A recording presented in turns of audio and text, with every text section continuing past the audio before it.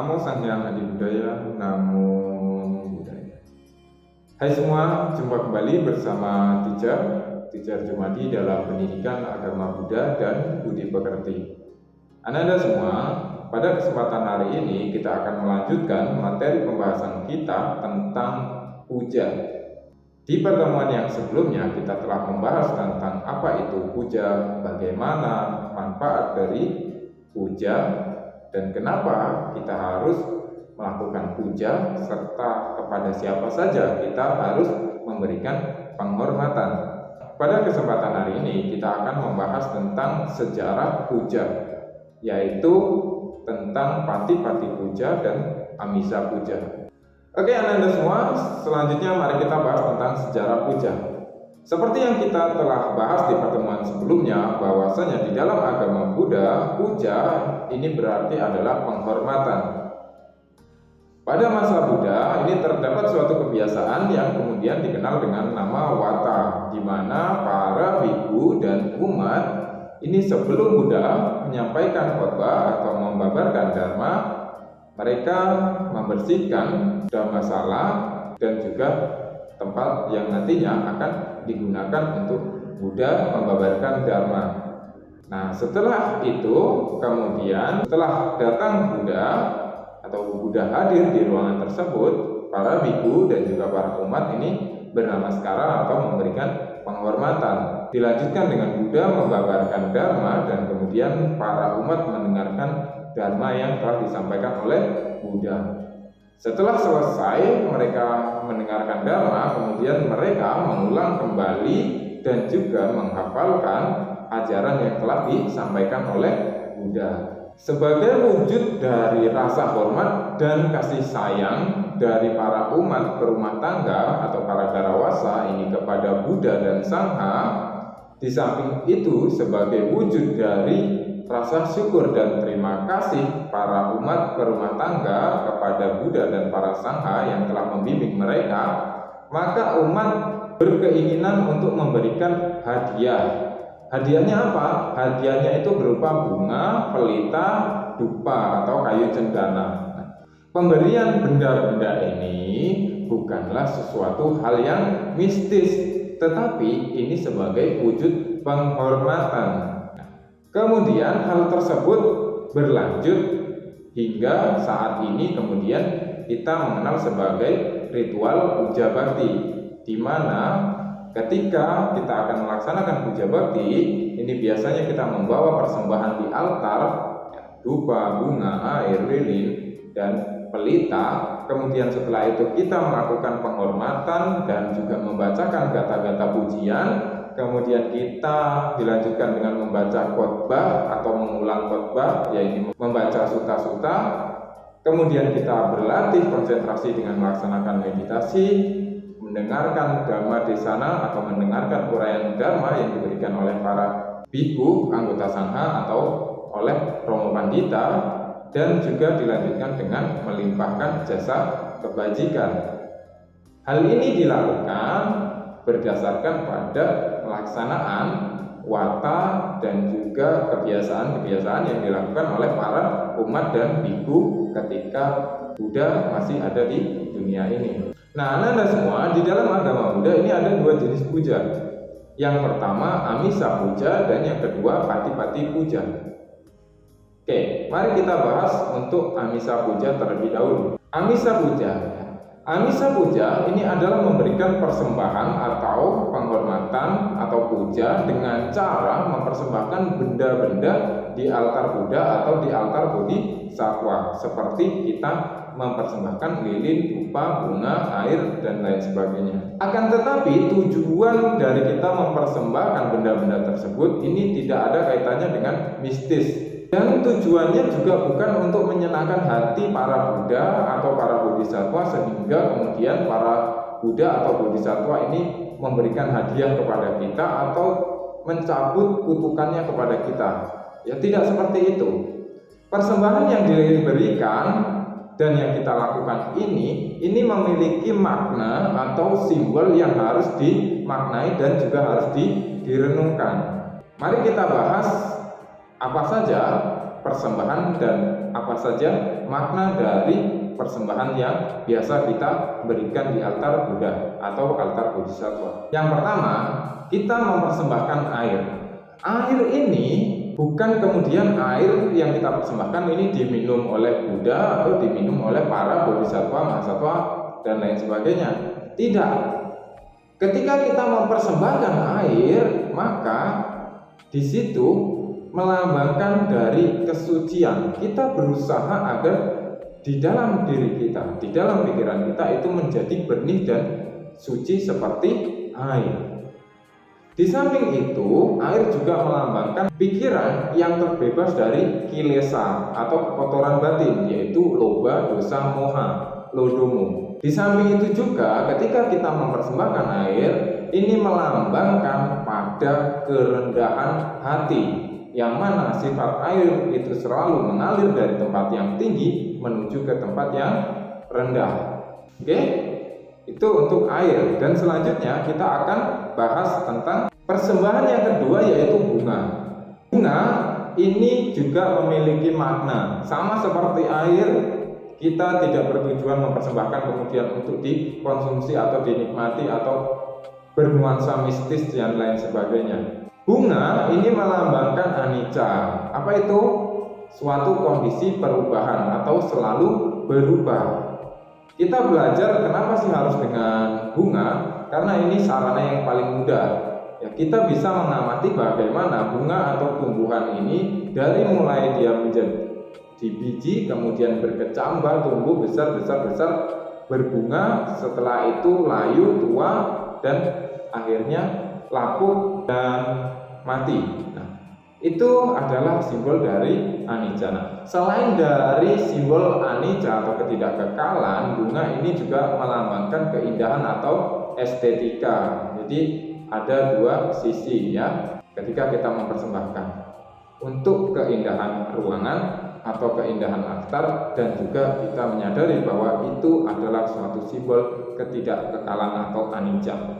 Persembahan yang ketiga yaitu lilin atau pelita. Lilin atau pelita ini melambangkan pada kecerahan guru agung Buddha dan para arahat yang telah merealisasi nibbana. Di samping itu, lilin atau pelita ini merupakan perlambangan dari dharma yang membawa pada pencerahan. Jadi dharma atau triratna ini membawa pencerahan. Ketika kita mempelajari dharma dengan kesungguhan hati, maka diri kita akan mencapai pencerahan dan juga akan terkondisikannya kebahagiaan. Nah, di samping itu, lilin atau pelita ini juga melambangkan tentang bagaimana berbagi. Berbagi bukanlah suatu kerugian. Kita bisa belajar dari lilin atau pelita.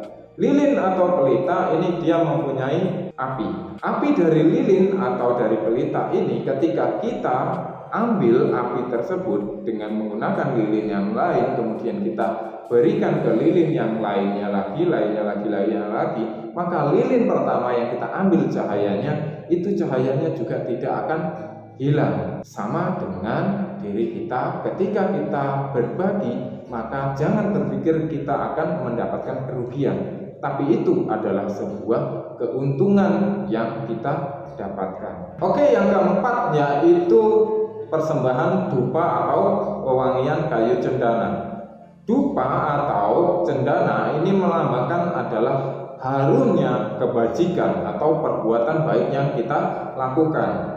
Seperti yang biasa kita dengar, ada lagunya ya, harumnya bunga cempaka, harumnya bunga melati, harumnya kayu cendana tak melawan arah angin, lebih-lebih harum lagi berbuat kebajikan, harum kebajikan menyebar sampai surga.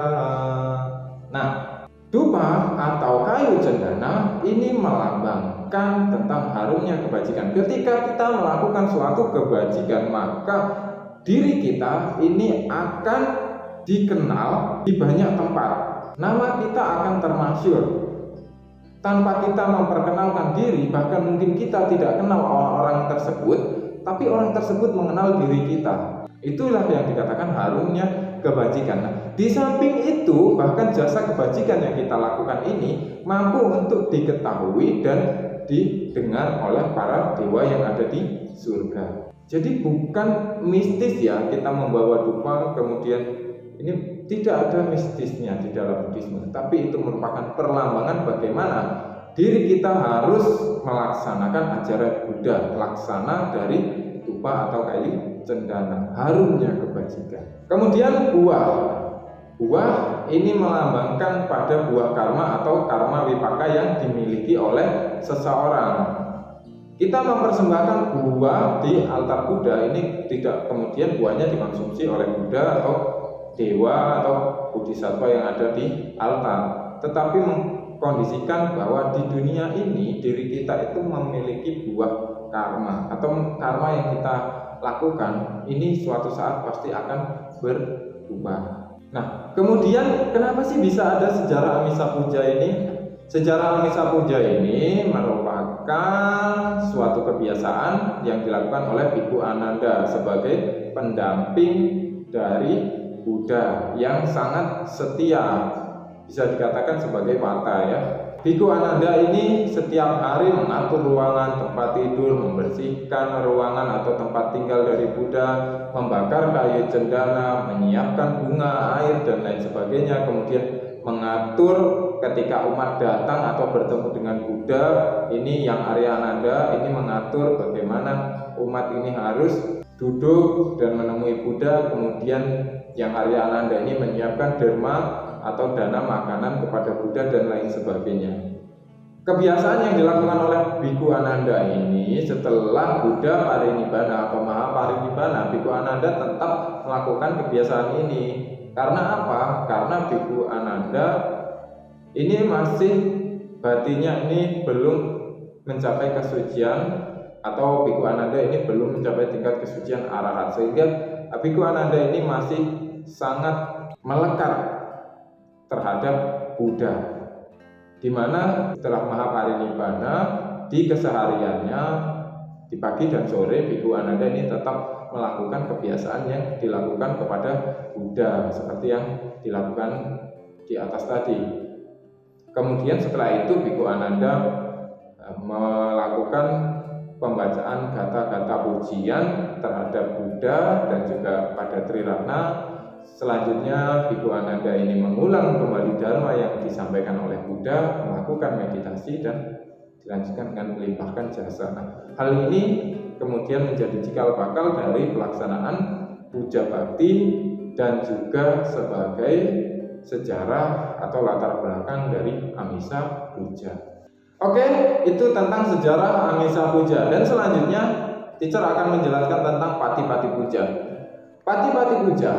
Pati-Pati Puja adalah menghormat dengan cara memahami dan kemudian mempraktikkan ajaran Buddha di dalam kehidupan sehari-hari. Tentu saja ajaran dari Buddha ini adalah agar diri kita terbebas dari segala bentuk penderitaan dan tercapainya pembebasan dari dukkha atau tercapainya nibbana. Bagaimana untuk tercapainya nibbana? Yaitu dengan cara melaksanakan jalan mulia berfaktor 8 atau hasta Arya Magga yang digolongkan ke dalam 3 kelompok, yaitu Panya, Sila, dan Samadhi, seperti yang telah kita bahas di materi tentang sila. Pati-Pati Puja ini merupakan penghormatan yang tertinggi, seperti apa yang dikatakan Buddha dalam Maha Parinibbana. Sejarah dari Pati-Pati Puja ini banyak atau akan kita temukan di Maha Parinibbana Sutta. Di antaranya yaitu kisah tentang Bhikkhu Attadatta yang ingin mencapai tingkat kesucian arahat sebelum Buddha Maha Parinibbana. Ketika itu Bhikkhu Attadatta ini memohon kepada Buddha bahwa untuk melakukan penghormatan sebagai wujud hormat kepada Buddha yang merupakan guru agungnya, Bhikkhu Attadatta ini memohon kepada Buddha bahwa beliau akan merealisasi nibbana atau mencapai tingkat kesucian arahat sebelum Buddha Maha Parinibbana, dan pada saat itu Buddha mengizinkan. apa yang dilakukan oleh Bhikkhu Attadatta, dan memang dikatakan oleh Buddha itulah penghormatan tertinggi. Kemudian di penjelasan Buddha tentang penghormatan tertinggi dalam Mahaparinibbana, tentang bagaimana cara yang terbaik untuk memberikan penghormatan kepada Buddha. Bukan dengan wewangian, bukan dengan persembahan lilin, bukan bunga, dan juga bukan dengan materi dan lain sebagainya. Penghormatan yang tertinggi menurut Buddha adalah dilakukan dengan cara melaksanakan ajaran Buddha dan mencapai tingkat kesucian arahat. Ini merupakan latar belakang dari sejarah Patipati Puja, yang mana Patipati Puja dikatakan sebagai penghormatan yang tertinggi. Bukan berarti Amisa Puja tidak dilakukan, ya. Amisa Puja itu sebagai penopang dari pelaksanaan Patipati Puja. Tahap awal bagi umat awam seperti kita untuk dapat mengerti dan memahami ajaran Buddha. Nah, selanjutnya bagaimana cara penghormatan atau cara menghormat, ya. Kemarin sudah teacher jelaskan di pertemuan yang sebelumnya tentang pengertian puja. Cara menghormat di dalam agama Buddha itu ada 5. Yang pertama beranjali, kemudian bernamaskara, kemudian ada yang dikatakan sebagai pradaksina, dan juga ada yang dikatakan dengan berdiri dan menyambut dengan sikap anjali atau utana, dan juga menjaga tingkah laku ucapan yang baik, sopan santun di dalam kehidupan sehari-hari kepada semua makhluk atau pada semua orang yang disebut dengan Samiji Kama. Oke, anak-anak semua, demikianlah materi yang teacher sampaikan untuk hari ini tentang sejarah puja, yaitu Amisa Puja dan Patipati Puja. Telah selesai teacher sampaikan. Semoga anak-anak semua dapat mengerti dan memahami apa yang telah teacher sampaikan hari ini, sehingga tidak membawa pandangan yang salah atau sila bata paramasa di dalam anak-anak semua melaksanakan praktik puja bakti atau melaksanakan puja. Dan teacher akhiri dengan Sapisata Bhawatu Sukhitata, semoga semua makhluk hidup berbahagia. Sadu, sadu, sadu. Namo Sang Hyang Adi Budaya. Namo Buddhaya.